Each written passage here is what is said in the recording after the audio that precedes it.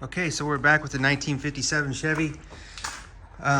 What it came over for this time was seatbelts. So I'm in the process of doing that. I'm waiting for a helper to, it doesn't have any holes for the seatbelt, so I had to drill those and everything, but waiting for a helper to help me put the bolts in. Can't reach, even though I got long arms, can't reach the cinder ones. But what I noticed, it died when they brought it over here, and really they just drove it around town here for about 15-20 minutes, got some gas. So the first time they either filled it up or put more gas than just 5 gallons in it. So it had a leak coming out of the sending unit. So I went ahead and took care of that. But it was acting like it was vapor locking to me. I don't know for sure. So what I did, I put did a few things. Put a clear Wix filter on there just so I could see the water, the fuel pumping and everything, and see if it's boiling off or whatever, which it doesn't seem to be now. What I did is they had the fuel line. It's a metal fuel line. They went from 3/8 to 5/16 right on the firewall on this area here. Down there where the split is right now. But anyway, they had 5/16 steel line, and it came down and it went underneath this heater hose, in between the valve cover and the heater hose. And there's just enough room for my fingertip to fit in there. So it was holding the fuel line against the valve cover. So maybe that was causing it to heat up. And then, so I went ahead and put some rubber lines, some aluminum 3/8, reattached it there with a rubber hose. And then I covered, just to see, they got the gas line on the inside of the fender well here, which there's headers down there, obviously. It looks like at the closest point, we're roughly about 4 to 5 inches from the header back there. So they came up behind the engine and then over here on the inner fender well. So I put some old heater hose over it. It's a steel line, and I put some old heater hose over it just to see if that might take care of the situation. Maybe I'll get some insulated line. I'm not here to be redoing all their brake lines, and I mean their fuel lines. So I'm just looking for a easy fix on that. So we'll see if that works. I had it idling for a while and the fuel wasn't boiling off or anything, so we'll see. It doesn't have a return line, so I can't put a return filter on there without running another line, and I don't want to do that. So but yeah, so that's that. And then I don't know, I said in the older videos this was a 7-year bodywork job, but I just noticed today, since I got lights in the garage here, I don't know if you can see this, but on the front valance here,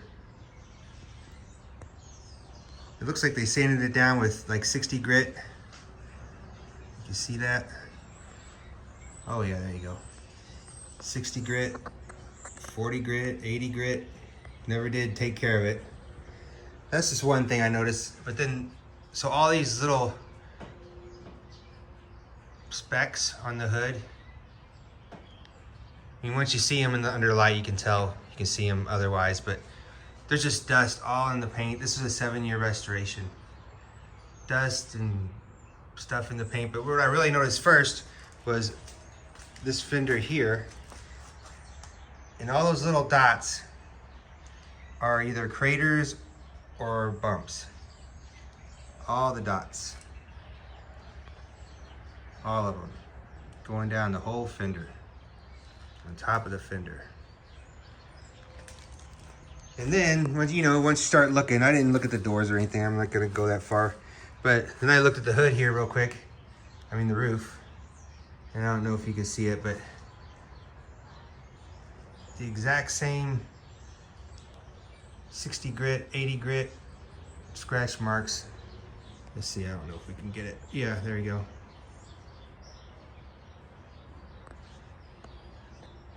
There we go. All throughout the hood too.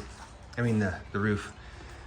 And then of course last time we showed the paint was popping off the other fender over there. It's gonna pop all the way down. But yeah, this is a 7-year restoration. But anyway, we'll see how it goes. So my helper finally came over. How you doing? Good. What are you doing in there?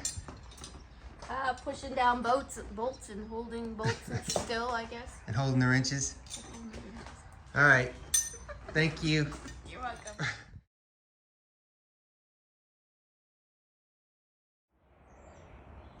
Okay, we got the front seat belts in. I'm gonna see if I can do something with the back seat belts, but these seats really didn't have a place for the seat belt to go through, so I didn't want it to get bound up in the hinge here, so I ran it on the outside. That's how my 51 Plymouth was, and so I don't know. Got it mounted back there. So this is with the seat forward, so all right, we'll see what we can do with the back seat. Okay, so the saga continues on the 57 Chevy. I got it where it was running really good. I took it to the gas station. No vapor lock or anything. But when I was at the gas station, I noticed I had left the gas cap off, so I hurried back just a couple blocks away to my garage and put the gas cap on. Drove it around again, and then I noticed it started running bad, like it was doing the same thing it had done before, like it starts acting like it's running out of gas and things like that. Just chug in and then it'll run fine, but then it'll act like it's missing and everything. So I started thinking, well, maybe there's something to do with the gas cap. Maybe it's a non-venting gas cap, because there's no return line or anything, and I don't know what's going on with the gas tank. Maybe it has a vent in it, but I didn't see anything in the sending unit. Probably not, I guess. So maybe he's got a non-venting gas cap. I'm going to check and see if there's different gas caps for it. So that's one thing. And then I don't know if it was, I drove it on the highway, I drove it around, it was running a lot better the more I drove it. He probably had some bad gas in it too. So put some heat in it, some a little bit of octane boost, some super unleaded, and then it was running perfectly fine. Just drove it back to the shop here and just let it idle for a while, just idle to see if it would vapor lock again. And it eventually started acting like it was running out of gas, and it died, and then it wouldn't start unless you floored it. So I don't know if that's a vapor lock issue. Maybe the fuel's boiling off, you know, from the intake manifold to the carburetor. You never know. Like I said, there's no return line on the filter or anything like that. So just gonna keep working at it, put some more gas in it, see if it still does that. Maybe get a better insulator on that gas line for him, and then maybe put a phenolic spacer or some sort of spacer in between the carb and the manifold. But if you guys have any ideas, let me know. Thanks. If you like this video, don't forget to like and subscribe. Thank you.